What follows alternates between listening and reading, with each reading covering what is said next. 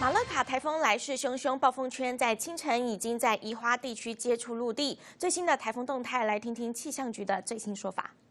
随着慢慢接近，已经为我们带来一些雨势。目前从最新的观测资料来看，在整个花莲以北地区、还有嘉义以北地区以及高雄的山区，从今天凌晨0时到现在，都已经陆续开始下起雨来。特别是在宜兰的山区，还有在彰化、南投、云林、嘉义这一带的山区，都已经有出现瞬间比较强的降雨。气象局目前发布豪雨特报，提醒大家，今天一整天的时间正是这个台风对我们影响最大的时候。那花莲以北地区以及西半部的嘉义以北地区，还有台南、高雄、屏东的山区，都有机会出现局部性的大雨，特别是在宜兰、大台北、桃园、新竹、苗栗的山区更有机会出现局部性的豪雨，请这些地方的朋友们要特别注意。而随着台风慢慢的靠近，我们陆续观测到了一些强阵风。除了在兰屿地区从昨天到今天陆续观测到11级左右的强阵风之外，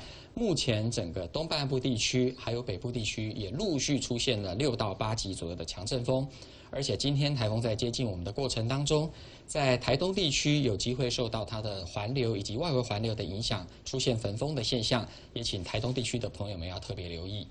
而目前台湾沿海各地区的风浪都已经在逐渐的增强当中，整个东半部地区都已经观测到4米左右的长浪之外，各沿海地区的风力也在陆续增强。我们提醒大家尽量避免前往海边以及从事海上的各种活动。而今天由于适逢大潮期间，沿海低洼地区的朋友们，我们特别提醒要慎防淹水以及海水倒灌的情形。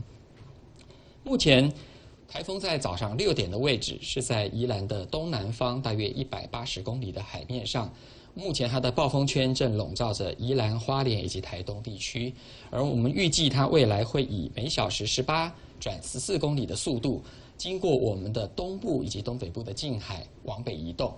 目前在海上警戒的范围包含了巴士海峡以及台湾东南部海面、东北部海面、北部海面都在海上警戒的范围，而陆上警戒的范围则包含了整个东半部地区宜兰、花莲、台东，以及西半部的台中以及南投以北地区都在陆上警戒的范围。我们再一次提醒大家，今天正是整个台风影响我们最明显的时候，请大家一定要特别气象局所发布的台风最新动态消息。以上就是这一节最新的动态说明。